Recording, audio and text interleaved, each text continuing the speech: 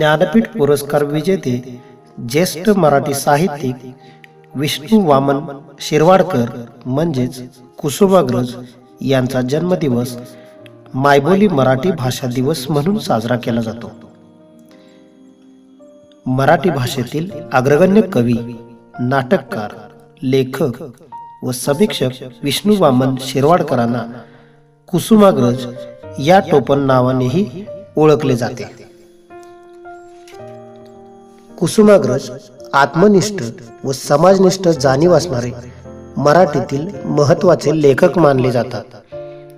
शिरवाडकरांचे वर्णन सरस्वतीच्या मंदिरातील दैदिप्यमान रत्न असे करतात। वि स खांडेकर यांच्यानंतर मराठी साहित्यात ज्ञानपीठ पुरस्कार मिळवणारे ते दुसरे साहित्यिक होते।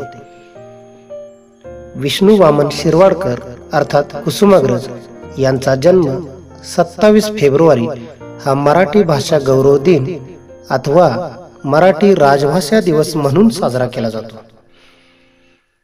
मराठी अभिरुचीवर 4 दशकापेक्षा अधिक काळ प्रभाव गाजवणारे श्रेष्ठ प्रतिभावंत कवी, नाटककार, कथाकार, कादंबरीकार, लघुनिबंधकार व आस्वादक समीक्षक, प्रामाणिक आणि सामाजिक आस्था, क्रांतिकारक वृत्ती आणि शब्दकलेवरचे प्रभुत्व ही त्यांच्या काव्याची वैशिष्ट्ये आहेत।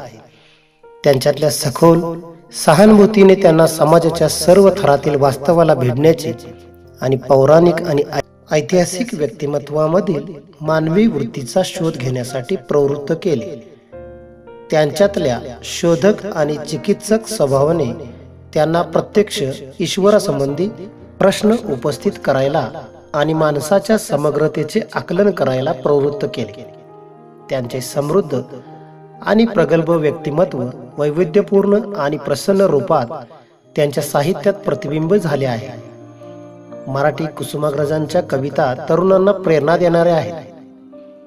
त्यांची कणा ही कविता युवकांना स्फूर्ती देणारी आहे। मोडून पडला संसार पण मोडला नाही कणा, पाठीवरती हात ठेवून नुसतं लढ म्हणा, पाठीवरती हात ठेवून नुसतं लढ म्हणा। कुसुमाग्रजांचा जन्म पुणे येथे झाला। त्यांचे मूळ नाव गजानन रंगनाथ शिरवाडकर असे होते। त्यांचे काका वामन शिरवाडकर यांनी त्यांना दत्तक घेतल्याने त्यांचे नाव विष्णू वामन शिरवाडकर असे बदलले गेले। कुसुमाग्रजांचे वडील वकील होते। वडिलांच्या व्यवसायासाठी ते पिंपळगाव बसवंत या तालुक्याच्या गावी आले। कुसुमाग्रजांचे बालपण येथेच गेले। कुसुमाग्रजांना 6 भाऊ आणि कुसुम नावाची एक लहान बहीण होती। एकुलती एक बहीण सर्वांची लाडकी म्हणून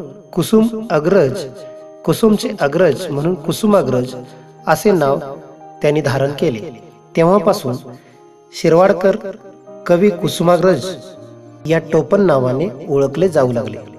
नाशिक येथे त्यांनी आपले शिक्षण पूर्ण केले।